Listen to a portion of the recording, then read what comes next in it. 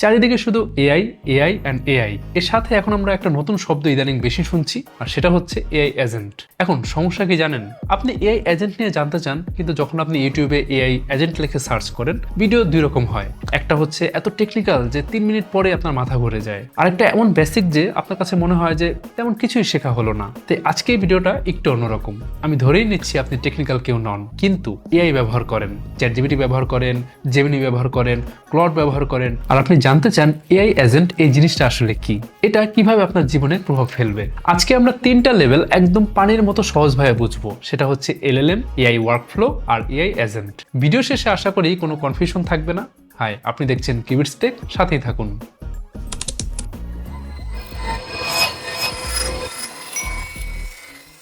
আচ্ছা, আমার প্রথম প্রশ্ন, চ্যাটজিপিটি কি এআই?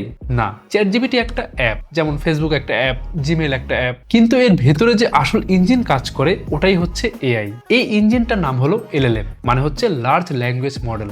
সহজ করে বললে, আপনি চ্যাটজিপিটিকে প্রশ্ন করেন, এআই একটা উত্তর দেয়, আপনি ইনপুট দেন আর এআই আউটপুট দেয়। এই ইনপুট আউটপুট মেশিনটাই হচ্ছে এলএলএম। ধরুন আমি লিখলাম, হাই, আমাকে একটা প্রফেশনাল ইমেল লিখে দাও, আমি আমার ক্লায়েন্টকে পাঠাবো। তো এই কিওয়ার্ডসগুলো থাকবে। তো এআই সাথে সাথে একটা সুন্দর ফর্মাল পলিশড ইমেল বানিয়ে দিল। এখানে কি হলো? আমি ইনপুট দিলাম, এআই আউটপুট দিল, ব্যাস এটাই হচ্ছে এলএলএম এর কাজ। এখন কথা হচ্ছে, ক্লায়েন্টকে আমি আবার কবে একটা রিমাইন্ডার মেল পাঠাবো, এটা কি এআই জানে? না, কারণ এআই আমার গুগল ক্যালেন্ডারে ঢুকতে পারে না, ও আমার ব্যক্তিগত ডেটা কিন্তু জানে না। এখানে দুইটা জিনিস খুব গুরুত্বপূর্ণ। প্রথমত, এলএলএম আপনার ব্যক্তিগত ডেটা জানে না, যদি না আপনি সেটা না দেন। দ্বিতীয়ত, এলএলএম নিজে থেকে কিছু করে না, ও বসে থাকে, আপনি বললে উত্তর দেয়, জাস্ট এতটুকুই। তো এটার মানে হলো এটা হচ্ছে একটা প্যাসিভ সিস্টেম, নিজে কোনো ডিসিশন নেয় না, নিজে কমান্ড না পেলে কোনো কাজ শুরু করে না। এখন আমি একটু সামনে আগাই।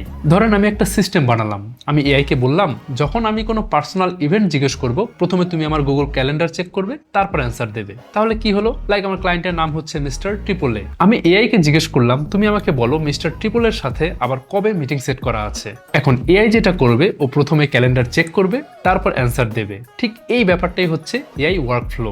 ওয়ার্কফ্লো মানে হচ্ছে আগে থেকে ঠিক করার ওয়ে, মানে একটা রুট ম্যাপ আর কি। এখানে পার্সন আগে থেকে বলে দেয় যে স্টেপ 1 তুমি এটা করো, স্টেপ 2 ওটা করো, আর স্টেপ 3 এটা করো না। তো এআই সেই পথ ধরে কিন্তু হাঁটে, কিন্তু এখানেও এআই নিজের মতো কোনো ডিসিশন নেয় না। তো এই এআই ওয়ার্কফ্লো দিয়ে সবচেয়ে ভালো করা যায় সোশ্যাল মিডিয়া অটোমেশন। ধরুন আমি চাই প্রতিদিন সকাল 8টায় এআই আমার জন্য নিউজ থেকে লিঙ্কডইনে পোস্ট বানাবে। তো আমি কি করলাম? গুগল শিটে নিউজ লিঙ্ক রাখলাম, পারপ্লেক্সিটি দিয়ে সামারি করলাম, তারপর ক্লড দিয়ে পোস্ট লিখলাম, দেন স্কেজুল করে দিলাম। তো ব্যাস এই পুরোটাই হয়ে গেল এআই ওয়ার্কফ্লো, কারণ সব স্টেপ আমি ঠিক করেছি।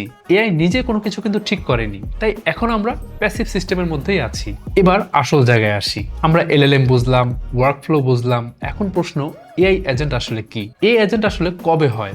ব্যাপারটা হচ্ছে, এআই এজেন্ট তখনই হয় যখন মানুষের জায়গায় এআই ডিসিশন নেয়। এই লাইনটা কিন্তু সবচেয়ে গুরুত্বপূর্ণ। এআই এজেন্ট মানে LLM becomes the decision maker. মানে আগে যেখানে মানুষ ঠিক করতো এটা করো, তারপর ওটা করো, তারপর এটা করো, এখন সেখানে এআই নিজেই ঠিক করছে কিভাবে কাজটা করা সবচেয়ে ভালো হবে। এখন এআই এজেন্ট আসলে কি করে? এআই এজেন্ট মূলত 3টা জিনিস করে: রিজন, অ্যাক্টিং আর ইটারেট। এখানে রিজন মানে শুধু হিসাব করা না, রিজন মানে হচ্ছে প্ল্যানিং করা, ট্যাকটিক্স ঠিক করা, ওয়ে খুঁজে নেওয়া। ধরুন আপনি বললেন প্রতিদিন টেক নিউজ থেকে লিঙ্কডইনে পোস্ট বানিয়ে দাও। এখন ওয়ার্কফ্লো হলে কি করতো? আপনাকে আগে থেকে বলে দিতে হতো যে স্টেপ 1 মানে হচ্ছে গুগল শিট, স্টেপ 2 সামারি, তারপর স্টেপ 3 হচ্ছে পোস্ট ড্রাফট। আর এজেন্ট হলে এজেন্ট নিজেই ভাববে যে নিউজ কিভাবে কালেক্ট করব, আমি কি গুগল সার্চ ব্যবহার করব, নাকি আরএসএস ফিড ব্যবহার করব, নাকি আবার এপিআই দিয়ে সরাসরি ডেটা আনবো। তারপর ভাববে যে নিউজগুলো কোথায় রাখবো, ওয়ার্ড ফাইল, এক্সেল নাকি গুগল শিটস। তারপর ভাববে সামারি কে করবে, ক্লড নাকি GPT-4 নাকি অন্য কোনো মডেল। এই চিন্তা ভাবনাটাই হলো আসলে রিজনিং। মানে এজেন্ট আগে থেকে কাজ শুরু করে না, আগে ভাবে কোনটা সবচেয়ে এফিশিয়েন্ট, কোনটা সবচেয়ে বেশি ফাস্ট। এটা অনেক বড় একটা আপডেট কিন্তু ভাই, কারণ এখানে মানুষ আর স্ক্রিপ্ট রাইটার না, মানুষ শুধু গোল সেট করে দেয়, এজেন্ট নিজে নিজে নিজের প্ল্যানিং করে। এখন রিজন করার পর এজেন্ট কিন্তু বসে থাকে না, ও কাজ করে, আর সেটাই হচ্ছে অ্যাক্ট। অ্যাক্ট মানে হচ্ছে টুলস ব্যবহার করা। একটা এআই এজেন্ট একা কাজ করে না, ও বিভিন্ন টুল ব্যবহার করে, যেমন Google sheet, API, weather service, email, database, browser. ধরুন এজেন্ট ঠিক করলো, ঠিক আছে আমি গুগল সার্চ দিয়ে নিউজ আনবো, তখনও সার্চ টুল ব্যবহার করবে। তারপর বলবে এই নিউজগুলো একটা স্প্রেডশিটে রাখি, তখন গুগল শিট ব্যবহার করবে। তারপর বলবে এখন সামারি দরকার, তখন এলএলএম ব্যবহার করবে। তারপর বলবে পোস্টটা পাবলিশ করব, তখন লিঙ্কডইন এপিআই ব্যবহার করবে। সব নিজে, এখানে কাউকে কিন্তু বলতে হচ্ছে না। এখন এই বাটন প্রেস করো, ওইটা করো, এরকম কিছুই বলতে হচ্ছে না। তো এজেন্ট এখানে নিজেই টুল বেছে নেয়, নিজেই চালায়। এই জায়গাটাই এজেন্টকে পাওয়ারফুল বানাচ্ছে। এখন সবচেয়ে ইন্টারেস্টিং পার্ট সেটা হচ্ছে ইটারেট, মানে ডেভেলপ করা। ধরুন এজেন্ট একটা লিঙ্কডইন পোস্ট লিখলো, এখন এজেন্ট নিজে নিজেই ভাবছে যে এই পোস্টটা কি যথেষ্ট এঙ্গেজিং, এটা কি লিঙ্কডইন বেস্ট প্র্যাকটিস মেনে চলছে, এতে কি স্ট্রং হুক আছে। যদি না থাকে এজেন্ট আবার নিজের আউটপুট নিয়ে আরেকটা এলএলএম কে বলবে যে এটা ক্রিটিক করো, ক্রিটিক আসবে, তারপর এজেন্ট বলবে ঠিক আছে ভার্সন 2 বানাই, আবার লিখবে, আবার চেক করবে।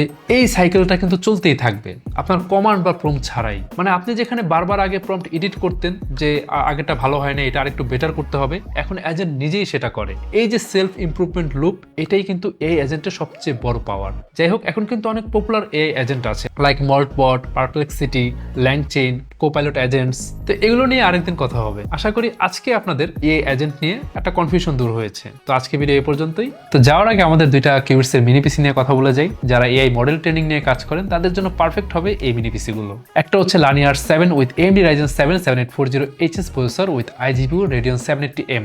আরেকটা হচ্ছে লানিয়ার 5 উইথ Ryzen 7 58008 সাথে Radeon RX Vega 8 iGPU। তো এই মিনি পিসি গুলো সম্পর্কে বিস্তারিত জানতে ভিজিট করতে পারেন kiwits.com। তাহলে আজকে এই পর্যন্তই, দেখা হবে পরে কোনো ভিডিওতে নতুন কোনো টপিক নিয়ে। সে পর্যন্ত ভালো থাকুন, সুস্থ থাকুন।